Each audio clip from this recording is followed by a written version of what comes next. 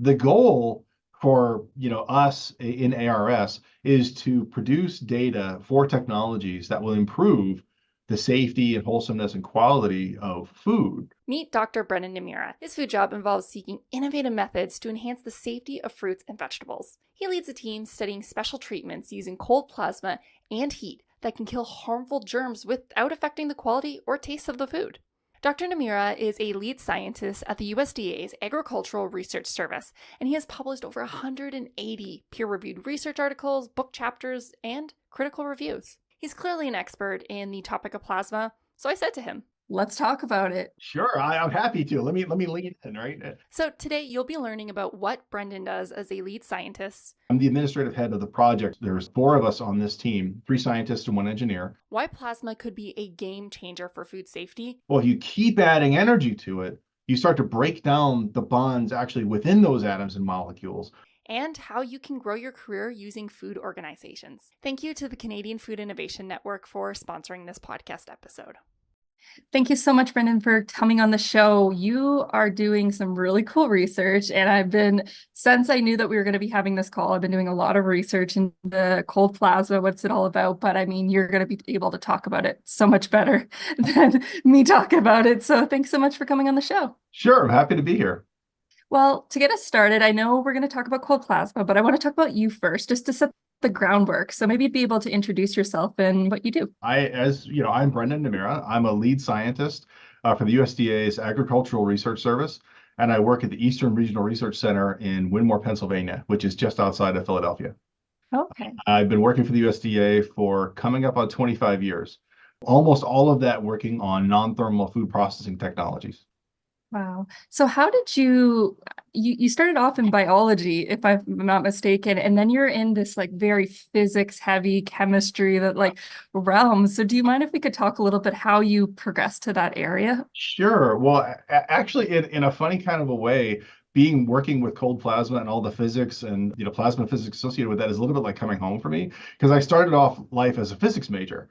I did my undergraduate work at the University of Chicago, and I started as a physics major. And then, I changed my major, as many people do, and I eventually settled and changed it to biology, because I got really fascinated with plants and plant physiology and, plant microbial ecology.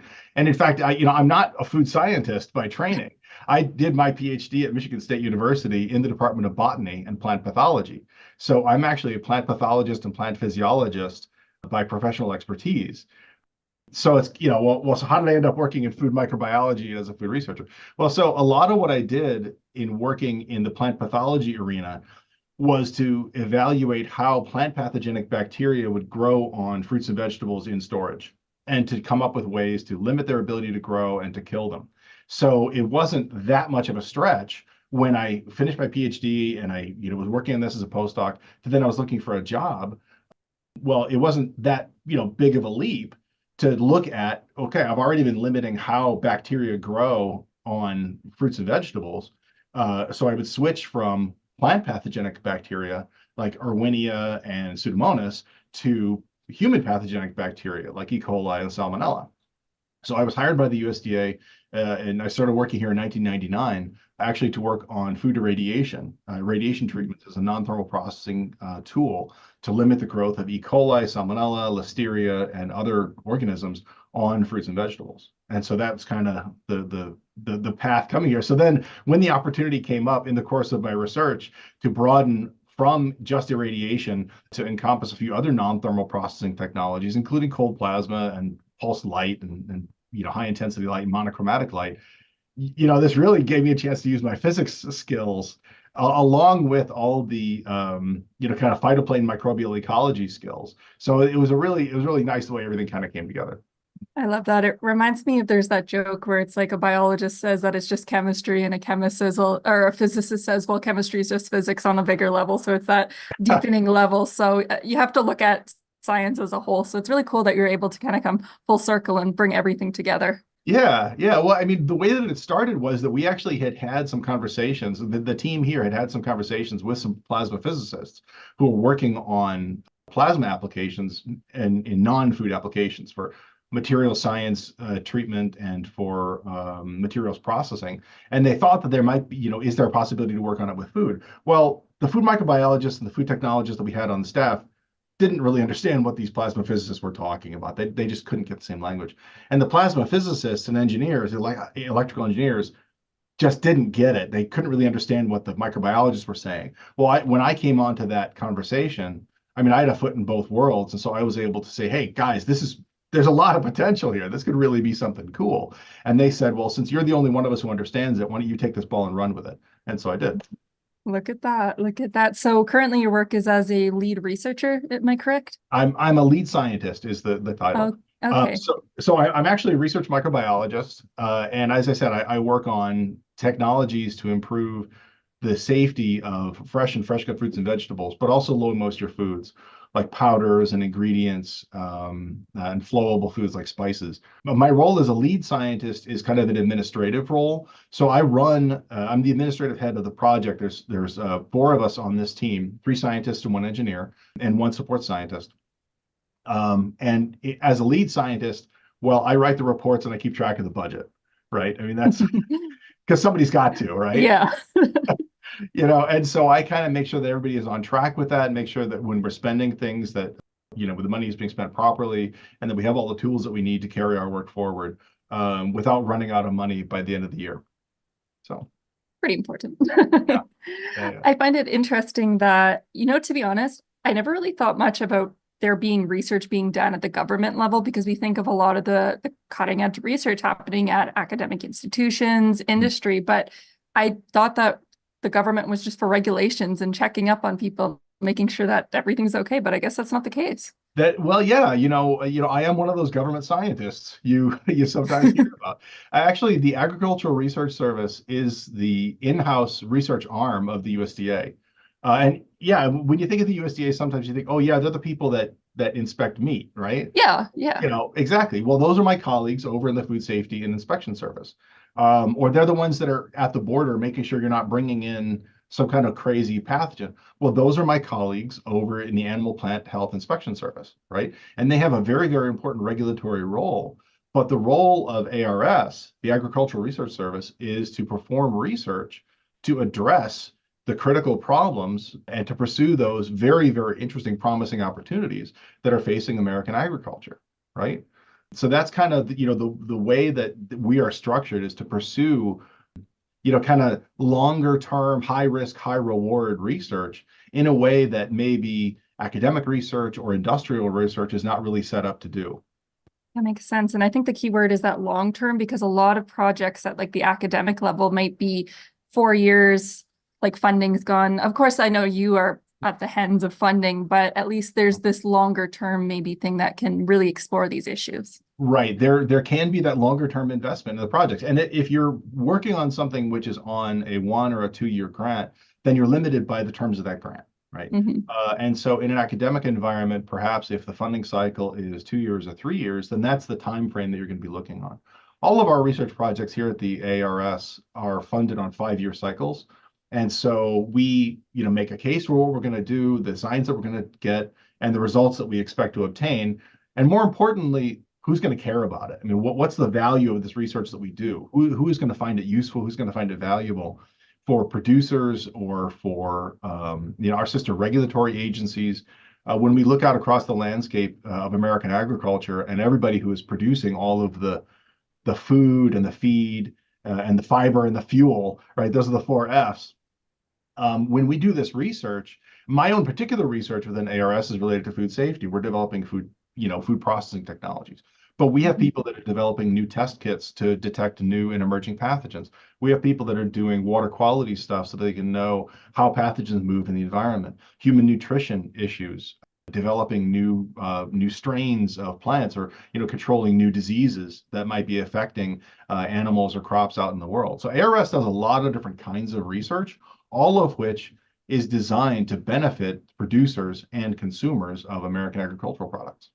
That's really cool. And I guess that's where the cold plasma comes in and how that's been, because I had never, honestly, prior to, our meeting, I know what plasma is. Like I've heard of it, I know about it, but application of food, never even crossed that even existed. So let's talk about it. Why don't you? Sure, I'm happy to. Let me you lead in, right? okay, I'll let you take it away.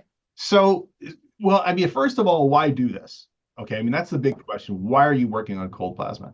It's because there's a need for advanced processing technologies that will kill human pathogens on foods or prevent them from attaching in the first place or prevent them from growing out to the levels that they can do people harm, right? Now, there are a lot of technologies that are already currently in use. You can heat food, or you can, you can boil it, you can pickle it, you can brine it. There are certain sanitizing compounds that you can put onto these foods. But some foods are not very amenable to the kinds of aggressive treatments that are necessary to ensure that safety, right? I mean, if you take lettuce and you boil it, well, you certainly will have killed any E. coli that might be on it, but that's not very attractive. Okay, you haven't preserved the quality and the taste and the functionality. One of the things that we find with fresh and fresh cut fruits and vegetables is that many of the antimicrobial technologies that are available, sanitizers and gas phase antimicrobials and so on, they'll take the pathogen risk down somewhat, but they can't get it all the way down to the point that you don't have outbreaks associated with those foods. Now, the folks in this industry, I mean, are doing a great job. I mean, they're really, really, really working hard. They invest a lot of time and money, do a really, really good job, but they do need these new technologies. And so there are a variety of them that are being researched by myself and by my colleagues in ARS and by people all across the country. But cold plasma is one that I started to work on because it's got a lot of attractive features, right? So you mentioned plasma. We kind of know what plasma is. So there's three states of matter that everybody is familiar with. There's solids, liquids, and gases. And plasma is the fourth state of matter. And sometimes that kind of throws people off. Well, what exactly does that mean, and how does it relate to the other three? Well, solids are atoms and molecules that are kind of locked together. They're kind of lower energy. Well, if you add energy to a solid, then it kind of breaks down the bonds between those atoms and molecules. They start to slide around, and now you've got a liquid. Well, if you keep adding energy to that liquid, now you've broken down the bonds between those atoms and molecules, and they start to fly freely floating individual atoms and molecules, and you've got a gas. Well, if you keep adding energy to it, you start to break down the bonds actually within those atoms and molecules. And now you've got free floating electrons, or you break apart an O2 oxygen atom into a singlet monatomic oxygen. And all this stuff is really, really reactive. Okay. And so it's very, very effective at killing any bacteria or virus or parasite or fungus that it comes in contact with. So just from air and electricity, you've created this incredibly powerful sanitizing tool. And when it's floating around, these structures can then recombine with each other. So you take O2 and you break it apart into monatomic oxygen. Boy, that's going to really, really attack the organisms. But then that O can combine with an O2 to make O3. Well, now you've got ozone, which is another sanitizer. If you take water and put some water vapor into the mix, then the H2O will break apart into H and O. And so now that hydrogen atom by itself is just a naked proton. And so you get this acid effect. So you've got kind of an acidosis type treatment. That H and O can recombine with two of its other H's and O's to make H2O2. Well, now you've got hydrogen peroxide vapor. So starting with just air and water and electricity, now you've got a whole slew of complicated sanitizing molecules that go a long way towards eliminating all of the pathogens that might be present on foods. And when they are done reacting, they will react with each other and they'll just go back to being air and water. Okay, so there's no residues, there's no chlorine that you need to use, there's no organic acids that are involved, there's no ammonium ions that you're buying in concentrated form and applying as a chemical sanitizer. So there's a lot of reasons to like this technology.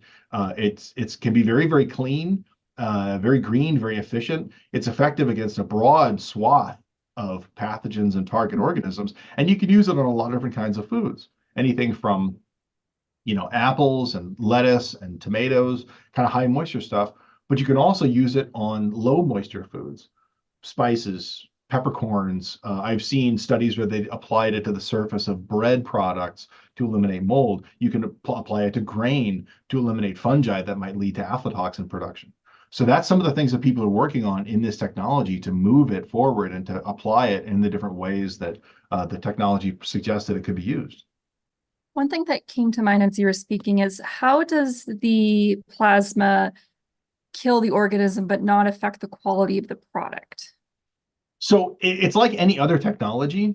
If you leave it running too long, then eventually it will start to degrade Okay. the product itself, right? So it's kind of a balance between when the stuff comes in. If the bacteria is sitting out there, it gets hit first, and you get membrane disruption, and then it'll die or it'll get injured. With the brief treatments that we're trying to apply, the surfaces of the lettuce or the cantaloupe or the tomato is not affected by the plasma because it's not strong enough to go through the outer tissue layers of the foods. One of the things that we've seen with when we're treating bacteria, like do a really short treatment with the plasma and then measure what kind of kill we get. You get a little bit of kill, but what's important is you get injury. You get sublethal injury that then makes those bacteria more susceptible to some other treatment that you apply in combination with the plasma. So an example of this, I did a study with my colleague DK Akuku where we applied a niacin-based sanitizer to eliminate listeria on apples, and put it on there at a certain concentration, and left it on for 60 minutes and got a 3.5 log reduction, which is great. It's terrific. Terrific reduction. Well, if you treat that with, I think it was like a 30-second blast of plasma, real quick treatment of plasma, and then applied the niacin, you still got 3.5 log reduction. But instead of taking 60 minutes, now it only takes 3 minutes because the bacteria has been so weakened by the plasma that it just falls over and dies when you expose it to the sanitizer. We had the same kind of result when we combined plasma with high intensity broad spectrum light.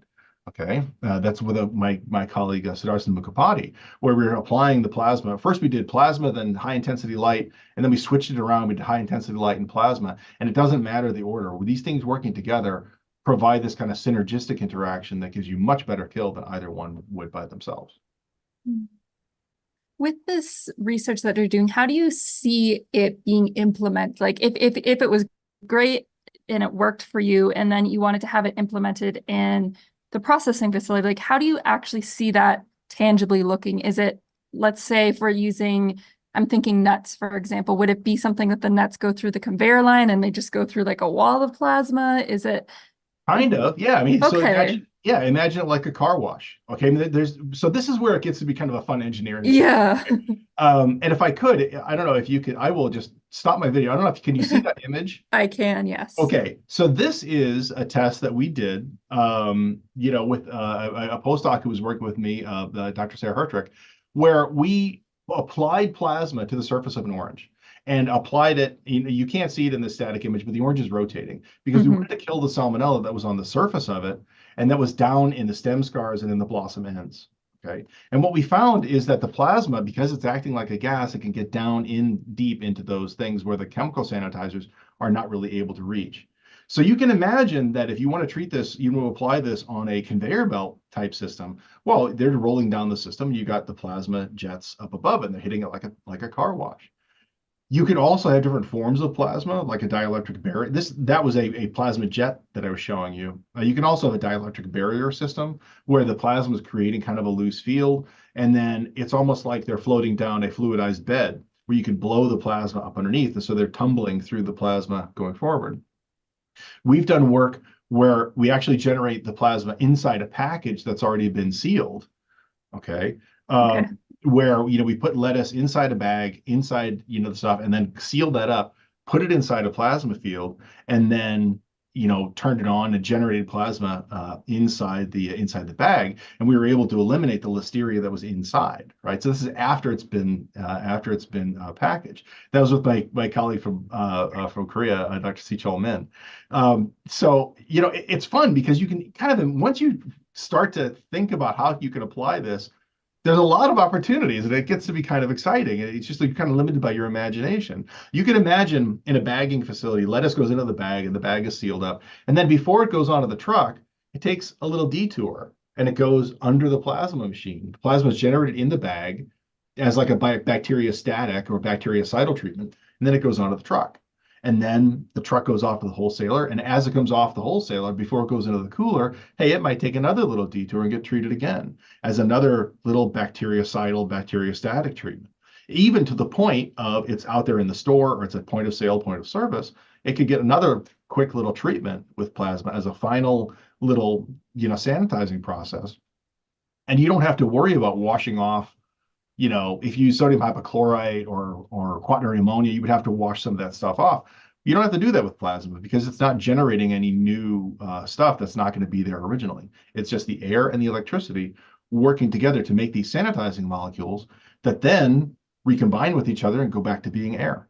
For the listeners that are listening, I'll make sure to link the video in the show notes so those that want to see the video of the plasma can, so that'll make it easier. But when I just find it so, it seems as though it has the potential to be inserted in many different regions. Like it's not like a large scale, like I'm thinking giant fryers or something where you have to have like a big setup. It sounds like a plasma does have the capabilities potentially being very small, portable. Am I understanding that correctly? That's a really, really good point. A lot of times, if you want to sanitize, let's say a conveyor belt, right? During processing, you need to have a tank of some kind of concentrated sanitizer, or you need to have something that's spraying onto it. You have brushes and rollers, and this is a large, heavy thing, right? It does its job, but you can't very well put that on the back of a truck and drive it out into the field very well.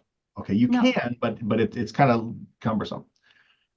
If you have a small portable device that all it needs is air and electricity, and of course the electrodes that you're using to create this, it's entirely feasible to say, well, look, I'm going to mount this onto a tractor, and I'm going to use the generator. I'm going to use the power from the tractor's motor to drive the PTO, power takeoff, to drive the generator that's going to fire the electrodes, and then just pulling air, an air pump. You're going to filter, of course, you don't get bugs and twigs into it. But then you just put that across the electrodes and you spray that right in the field. You could theoretically use that to treat the plants themselves, which I've actually seen. I mean, I've seen pictures of industrial scale equipment. It's still in the R&D phase. It's not quite yet ready for prime time. But this R&D phase where they're actually spraying plasma onto plants as a sanitizing process. Or, if you're familiar with how a lot of, vegetables are harvested, out, California, Arizona, wherever, you would have a crew working on a truck or working on a flatbed that is being pulled by the tractor. And things are being loaded onto the conveyor belt. They're doing trimming and packing right on the site. Well, if you want to have some kind of a process where you could keep the knives clean, or you could keep the conveyor belt clean, or you could theoretically keep the workers' hands clean, you don't want to necessarily have to be hauling around 100 gallons of sanitizer that's then going to have to be dumped someplace. If you just need air and electricity, then these could be mounted on these mobile units, and then they could be positioned wherever you want them to be. Okay, remotely sited in the field, so they could be spot treating where the problem occurs, maybe before that bacterial contamination problem comes back to hydrocooling, or to sorting, or to shipping, or to the packing shed. I like that as well, that it sounds that it adheres to, in school, we've been taught about the 12 principles of green chemistry, and one of them is reduction of chemicals, try to keep workers safe in that. So it does sound that this technology has the potential to help with these types of things. But one of the things that stood out to me was, so you've been involved with this technology for a long time, and you've seen as it's grown, but working at like a government level, at what point did you figure out this is an actual viable solution? Like this is safe enough to be put out into the public? Because that is one thing I think about with new technologies. It's like, how do you figure out there's enough information that we can deem this safe? Like, is it just that there's enough tests that have been performed? What has shown you that? There are a couple of critical points along a technology development scale, and this is not the conventional technology readiness scale that you might be familiar with for commercialization. I'm just talking about, like, if you see something, you think it'll be cool, you think it'll be a good idea, and you think it's worth investing your time and energy as a scientist in developing this. There are a couple of key points. The first point is where you know enough about the technology to say, hey, this is going to be worth me investing some time and energy into it. And so you do. And then if you get some good results, you don't even at that stage of the game, just the initial proof of concept, you don't even really necessarily need great results. You just need results that are good enough that they will support your belief that this is a big enough hook that you can hang a hat on and that you can go forward with that. The next phase is convincing your boss to let you work on it. Right? And you might get enough data, so I'm convinced, but now that's not good enough. You have to be able to convince the people that you're responsible to. And that's, you work in government, you work in academia, you work in industry. You're going to have to go to somebody who is, setting the work schedule and who's paying for all the research and say, hey, I think this is a valuable thing for us to be working on. And you're not going to convince them just with, charm and enthusiasm. You have to have the data. I mean, that helps, but you need to have the data, you need to have the technology, and you need to have a timeline for how long you think it's going to take to get this to the next level, right? And we were fortunate in that we started to work on the plasma that as soon as we started to work on this to reduce, I think it was listeria that we were first trying to initially reduce. We saw some reductions. We saw enough reductions that I was able to carry this, up the chain and say, hey, I think we should spend some time and money on this. And they said, well, you can let me spend time. We'll let you spend a little bit of money, but we don't have enough money to allocate to this because it wasn't originally part of the budget. So we kind of had to get sort of creative, right? And we put together some things sort of from first principles. And instead of buying the fancy equipment off the shelf, we went and we bought cheap equipment where we built it ourselves out of bits and pieces we got from the junkyard or from garage sales and stuff like that.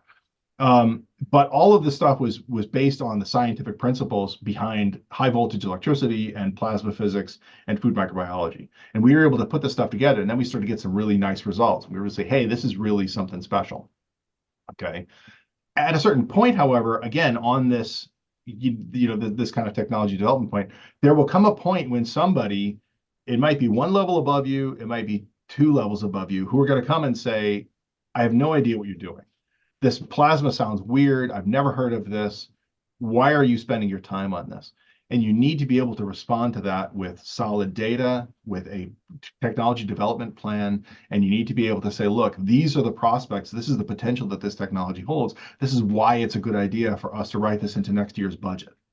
Okay, so that we can really develop this and go forward. At each stage of that, I mean, I was fortunate that, the people that I was working for and the people that I was working with, were able to be sort of scientifically open-minded and say, yeah, okay, I can see where this, where this could work. I can see where this could be something that we want to go with. So we will give you the freedom to work on this and give you the resources to carry this to the next step. And then once that happened, then you go to the next step. You build it a little bit bigger and you build it a little bit bigger and it kind of snowballs forward. And now, 20 something years later, you see with kind of being relentless in talking about this and explaining it to people and saying what the potentials of it are, you start to see other people get on the bandwidth and they can see, oh, hey, I see potential in this other direction. And that's great. Just take the ball and run with it in 100 different directions. And that's where the whole technology, you get cross-pollination, you get people talking to each other, you get a lot of different ideas and a lot of different technology that moves everything forward on a lot of different fronts. So it doesn't matter if you're in academia, it doesn't matter if you're in the work world, it doesn't matter in government, you have to have a plan and you got to convince somebody to do something. You've got to have a plan and you've got to have enough data. I would say it's a pretty rare person who can just go in with the charm and enthusiasm and make things happen. If you don't have some solid data behind it, charm and enthusiasm will only carry you so far. In the world of science, eventually you do have to produce data. Yeah, I think science is built on data and getting it's kind of our stick, so we need to be able to do that. Right. With this technology, is it commercially available at this point, or like if let's say someone is so like, I think this is great, I'd like to start implementing this in my factory or something, I really see the potential, like, is there a commercial option that they could even implement it currently, or are we still in that phase of talking about it? There are companies that can provide you with plasma machines. Some of the stuff is used in other industries, like it's used in the paper industry or it's used in the textile industry. In those environments, like if you treat paper with plasma, it changes the surface energy of the cellulose fibers of the paper to make ink stick better. So you get vibrant colors using less ink. It'll make dye stick to textiles better, so you get better, adhesion of textiles. In the food industry, there's still some adaptation of some of those existing technologies to make it work precisely on what you want to do with food. Mostly because food is complicated, right? I mean, even if you say, well, you've got one plant that does almonds, another plant that does pecans. You say, hey, they're both nuts. How different could they be? They're very different. And the way that they're applied to those two different kinds of nuts, you really need to adapt the technology so that it's suitable for that commodity. I mean, I said that the plasma is at a really interesting point. I think when I first started out, the big question was, does this work? And over the course of years, I think, I and a lot of other people kind of answered that question and say, yeah, it does work. It works pretty well in a lot of environments. So now the question is not, does it work, but will it work on my commodity? Will it work on my product? And then the bigger question, can I use it and make money doing it?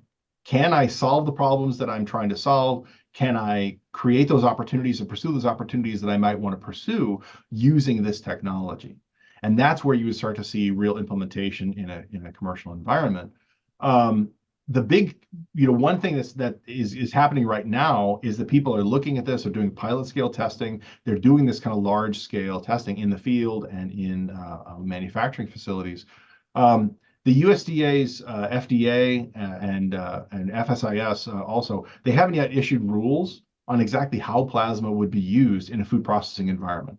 Okay, so if you're a food manufacturer, you say, "Hey, I love this technology. It looks great. We want to do it. We want to pursue this." The current rules are not set up to allow that as of yet. So what's going to have to happen is somebody's going to have to go to the FDA or whatever other controlling regulatory authority, if it's in another country or something, and say, "Hey, I've got this technology, this plasma that I want to use for this particular purpose on this particular food commodity. Is that okay?" And then show them the data that it works and show that it works reliably and so on. And then they'll have that regulatory conversation. I work for the Agricultural Research Service, and so I'm not a regulator. And so I don't have an awful lot of insights into how my colleagues over the FDA would make their decision, what their decision-making process is, and what kind of information they would need. But I know that people do this all the time. I mean, when they wanted to use high pressure to treat food, or they wanted to use microwave-assisted thermal processing, or they wanted to use other kind of chlorine dioxide, they went to the FDA and said, "Hey, I've got this technology and I want to use it." And there was a back and forth. There was questions about how are you going to use it, what are the context, what product, how intense are you going to use it, and so on. And then eventually the FDA issued a ruling. So yes, you can use it this way. You can use it on these commodities, but not on those commodities. You can use it at this concentration, but not on that concentration. And that's the regulatory framework in which all these other technologies are working. And cold plasma I will love just follow asking the that same question path. because it's always a conversation that I have with others when I go to these academic conferences and I'm listening to about this research or how something's really cool. And then I look at the industry side and I'm like, where's that jump? Because sometimes it feels like two different worlds where they want the same outcome, but getting that translation, getting it into the factory or getting it actually implemented, it's I think in its own piece in the puzzle. I just think is a fascinating area, even though I love the science. Right. And in a laboratory, you could have a technology that is so cool and is so awesome, so fantastic, works really, really well. But if it's too complicated, or it's too expensive, or it damages the food, or it creates some kind of a toxic byproduct, well, that's not going to be used commercially, right? I mean, these are insurmountable hurdles. The goal for us in ARS is to produce data for technologies that will improve the safety and wholesomeness and quality of food in the food safety arena in a way that preserves all of the necessary attributes that a food processor, a wholesaler, or distributor would need to have in order to make that food available to the public, right? So the public wants to have safe food. Producers want to produce safe food. And we want to provide technologies that facilitate that. I mean, that's the whole, we're all working towards the same goal, but you need to keep in mind that there are various priorities that people have all along this production and sales chain. I don't know if you can speak to it currently, but you've established that you're working in this field, but what are you currently like exploring now that you've established, okay, cold plasma works with foods. Like, so currently, are you looking to improve the efficiency of it? Are you looking to improve the different range of products that it works for? Is there anything that you're specifically kind of have your eye on that you're aiming for with your research? Sure. Well, there are a couple things that I'm working on that are still so new. I'm just still not sure they're going to work, so I don't want to talk about those. But one thing Okay. that I'm working on is plasma activated water as a way to use plasma injection into water to replace or to supplement chlorine-based sanitizers in wash tanks. So when you harvest lettuce in the field or tomatoes or oranges or whatever, they come in on the truck and then they go into a tank. And there's usually, or I should say very often, there's two stages of washing. The first stage goes into a water and it removes the bugs and the twigs. Then there's another stage that will give them really a proper wash. And this wash tank will often have, it frees all the small particulates and things on it. That's an area where you can have cross-contamination. So if you have one head of lettuce or you have one apple or one, watermelon or something that has some kind of a pathogen on it, when it goes into the water, those bacteria or parasites or whatever can then float around and they can contaminate everything else that's in that tank. So now one bad apple becomes 1,000 bad apples. To prevent that, these wash tanks will often have sodium hypochlorite or calcium hypochlorite or other kinds of chemical antimicrobials injected into the water. At the concentrations that are used commercially, they're not really super effective at eliminating the contamination on an individual piece of produce, but they're quite good at preventing cross-contamination. So with the plasma, you can envision a situation where instead of having the chemical monitors on there and every few minutes it injects a little bit more sodium hypochlorite, which can lead to chloramines being produced and some other kinds of chemical residues. Instead of that, if you've got a continuous injection of this cold plasma, then that may be replacing that or supplementing the chlorine so that you don't have to use so much chemicals. You don't have to use so much quaternary ammonia or chlorine dioxide or sodium hypochlorite in the wash tank. And then if you use this, then there's no residues and then that can come out. So that's one of the things that we're working on. I mentioned earlier about some of the combination treatments that we're doing, combining plasma with high intensity light and with chemical sanitizers. That work is ongoing. So that we're trying to get really short treatments of one and really light treat. So a short treatment of plasma and a light treatment of the antimicrobial sanitizer to get a really, really good kill, better than you could using either one really hard on its own. Wow, that sounds really, wow. That would be, I like the idea of shorter times. I think that's a really big key for producers because, cleaning things and soaking and all that, it takes a lot of time because it's more efficient the longer you are. And I know that you did mention about the plasma times, but like 30 seconds doesn't sound, that's like nothing. And well, if you've been in one of these facilities, you see the things move Yes. fast. All right. Yeah. They moved on the sorting line, and you often don't have a lot of time. I mean, sometimes in sitting in your lab, you might think, well, I only treated it for 2 minutes. Hey, on an assembly line or on a sorting line, 2 minutes is way too long. So some of the treatments that we've tested, like we did stuff looking at how plasma could inactivate biofilms on food contact surfaces, and we deliberately limited ourselves to treatment times of 5 seconds, 10 Wow. seconds, 15 seconds to say, well, look, if this is all the time that you have, how much kill can you get?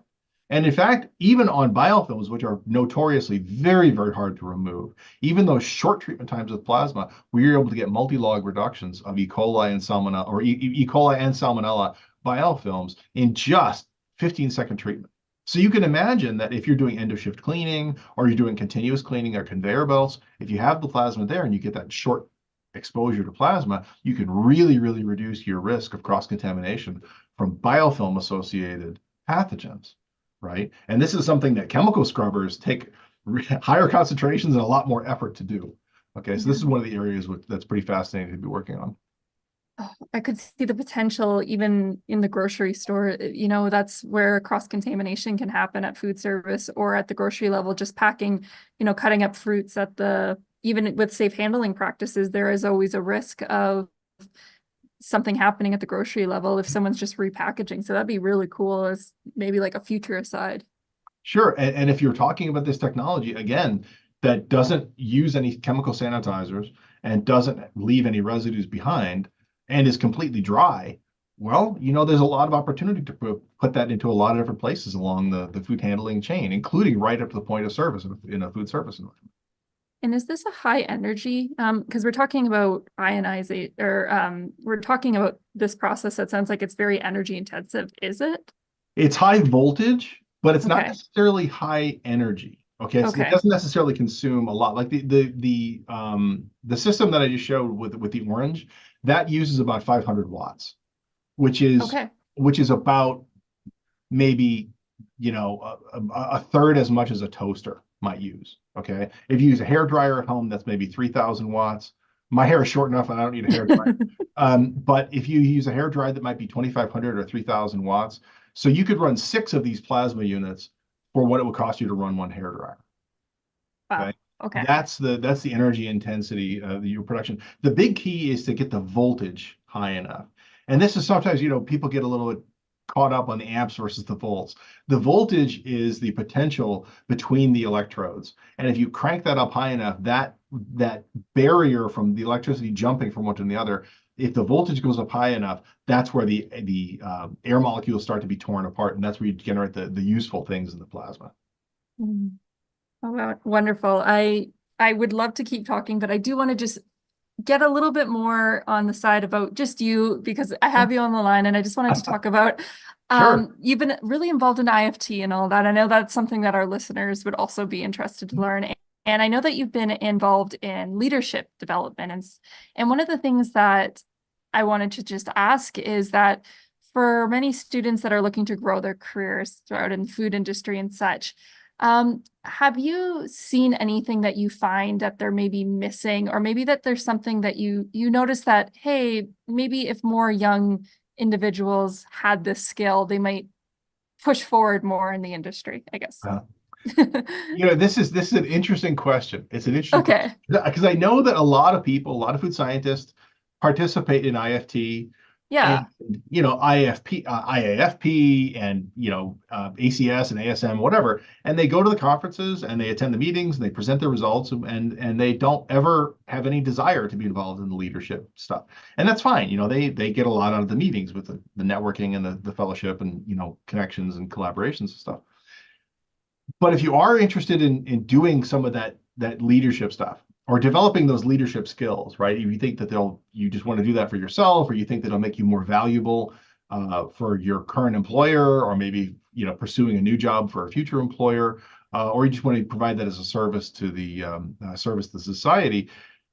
I think the big thing to remember is that it all kind of starts with people, and it starts with networking, and it starts with relationships.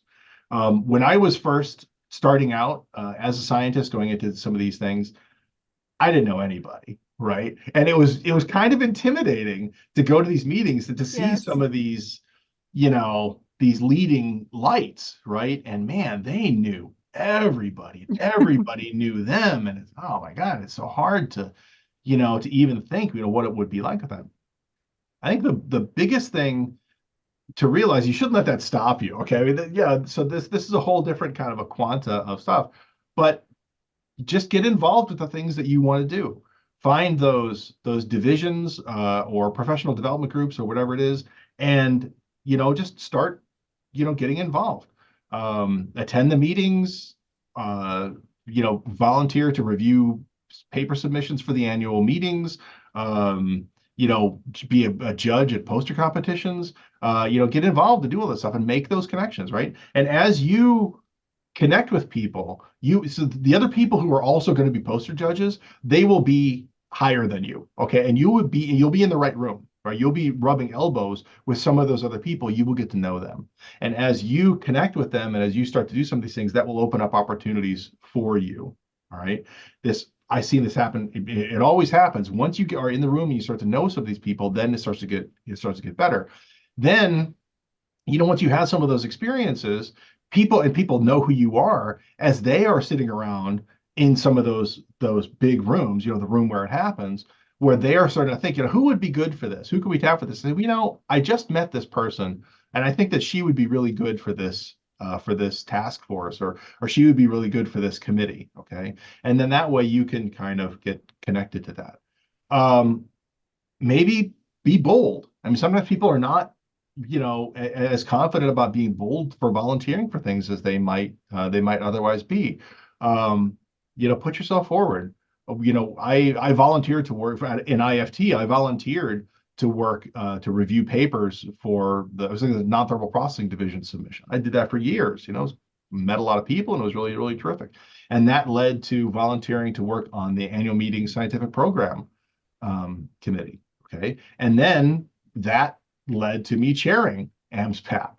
And then that led to me being on, running for and being elected to the board of directors for IFT.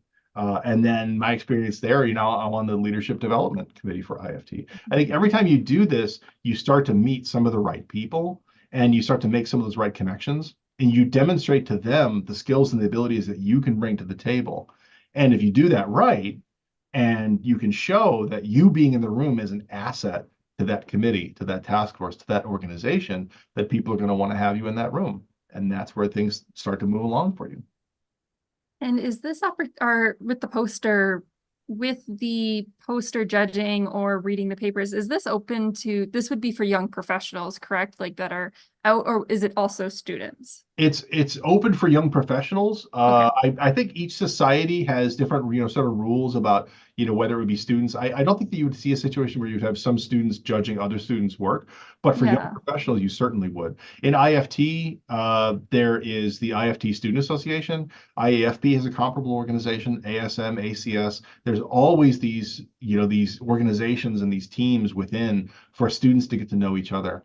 And, you're all students together. Well, in 3 years or 5 years, or hopefully not 7 years, but at some point, you're all going to be young professionals together, right? And you're all That's still true. going to know each other, and you're all still going to be able to kind of connect in that kind of cohort. So make those connections, reach out to people, volunteer your time, and you get back what you give in. That's what I like to say, right? I mean, and if you invest in your network has the opportunity to bring you along and invest in you. I like that. For you, what has been some of the things that you have gotten out of your network as you've done all these amazing things being involved, but has it been maybe ideas for your research? Has it just been connecting to the right people?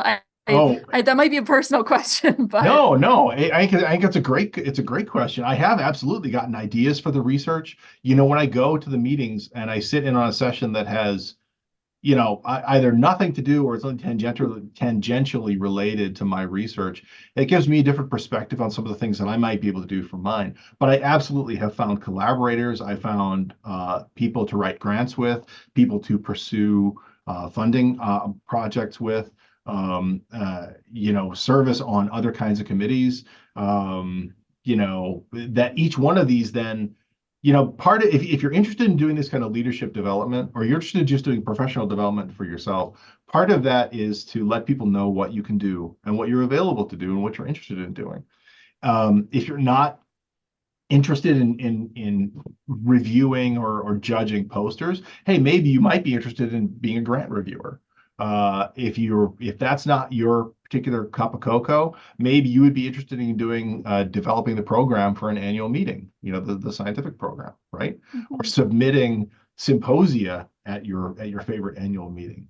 That's a way to get connected with people, to reach out with people, to invite them to be part of this process and to move all of this stuff along. So yeah, I mean, I aside from the great friends that I've made of doing course, all this network, it makes the meeting a lot more fun when you know that's true. people and you can walk across the meeting floor and you can shake hands and you can just kind of connect with all these great folks who are like you working on food. When you're talking to people who don't work on food, sometimes it can be a bit of a slog. You kind of have to explain what you're doing. These people get it. They are your tribe, and they're right in line with you and your passions, right? So you can all kind of be passionate together. And that's really a great feeling, right?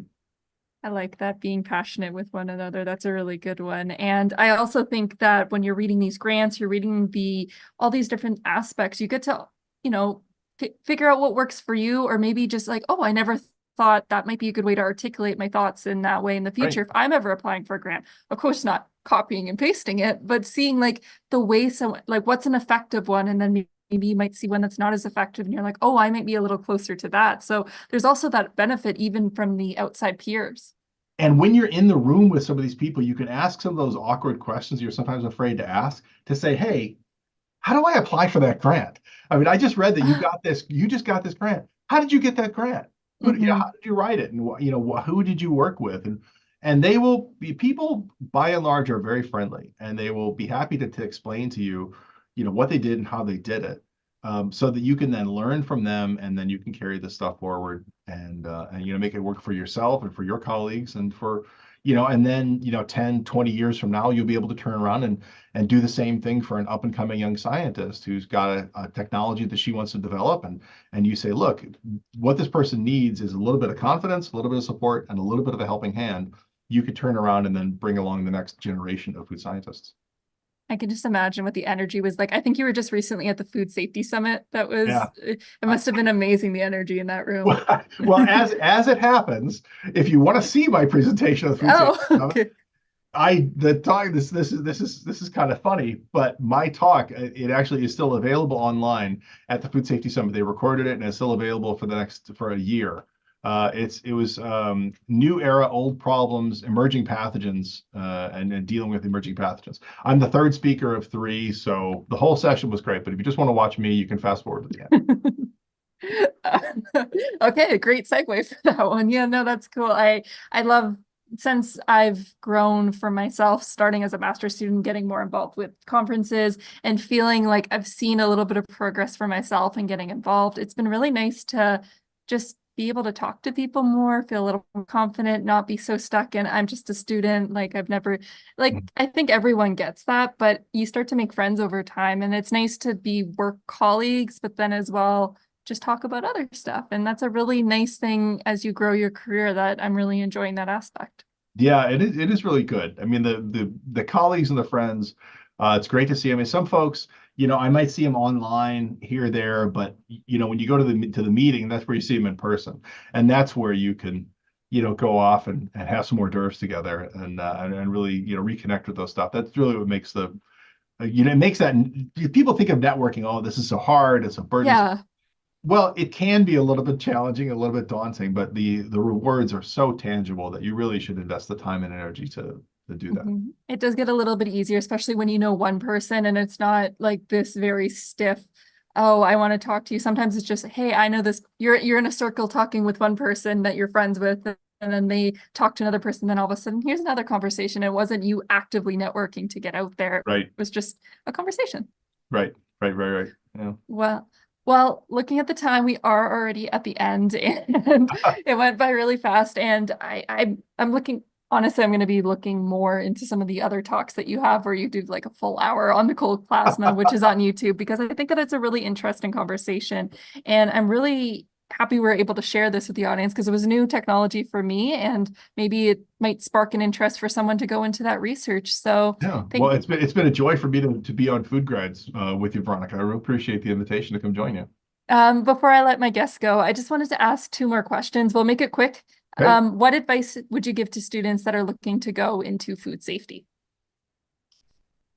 Food safety is a great field to go into. I would say if you're looking for this, decide what you want to do. Do you want to study the bugs? Do you want to study the environment? Do you want to study the technology? Do you want to study whatever the context is that you want to do on that? Understand what are the big problems? What are the big unsolved problems in that environment? If you're trying to develop a new technology, you're trying to understand the behavior of some organism, you're trying to understand, some kind of environmental issue, how they survive or thrive in an environment, how they become contaminated. Understand what the big problems are, because the easy problems are either solved years ago or they're of no interest to anybody. Find out what the big problems are and see if you can make a contribution on those. That's where you're really going to change the world. That's where you're really going to make food safer for the greatest number of people. Like that. And then the last question is, if people had questions for you, where could people find you? Well, I will be at IFT. All right. So if you're Okay. at IFT, I'm giving one talk on science communication on Ooh. IFT. there. I think I've got one poster, two, I think at least one poster that I'll be doing. So I'll be around the hall. So if you see me, come up and say hi. I'm happy to talk to you. Online, you can find me on LinkedIn. If you just do a Google search on my last name, Niemira, and USDA, then that'll bring up all those Okay. that stuff that you mentioned. Or you just email me directly, brendan.niemira@usda.gov. Amazing. Well, I'll leave it at that. Thank you so Great. much for coming on the show, Brendan, and sharing your information on cold plasma. I love it. And this was a great conversation. Sure, you bet. Thanks so much for having me. Wow, that was a really cool conversation. And who would have thought that you can apply plasma to the field of food safety? I'm looking forward to seeing how this field of research is going to develop and how it can eventually be implemented into the food processing industry. Once again, thank you to the Canadian Food Innovation Network for sponsoring this podcast. And if you enjoyed this science-based episode and you want to learn more about other cool food tech, then check out my conversation with Dr. Sripat Jose, who is the operations manager at Arda Inc. They are doing some really